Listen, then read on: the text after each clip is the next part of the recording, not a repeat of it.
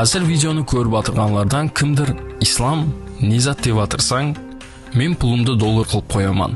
Болду, доллар беккем го, доллардан утулмайсаң деп атырганларда бар шыгар. Дурус, доллар сумга салыштырганда бир талай беккем. Бирок онун да бахасы дүйнөдөгү саясий жагдайга байланышлы. Россия һәм Украина машкаласы басылуунан алдын сиз акчаңызды 10.850 сомдон долларга алмаштырып коюңуз мүмкүн болгон. Урус башлангандан кийин доллар 11.500 сомго шекем көтөрүлгөн.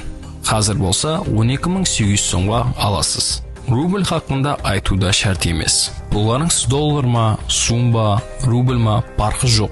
Олардын хавага учпайтыгынлыгынын эң тикарга кепилдиги бул банк. Ол банкротка учраган жагдайда да пулларыңызды ала аласыз. Себеби банклер үчүн банк болгон олардын резерв пуллары жиналып туратыгын орайлык банк бар. Не болгон жагдайда да пулларыңызды өз кадырында кайтарып береді. Олар буга мажбур.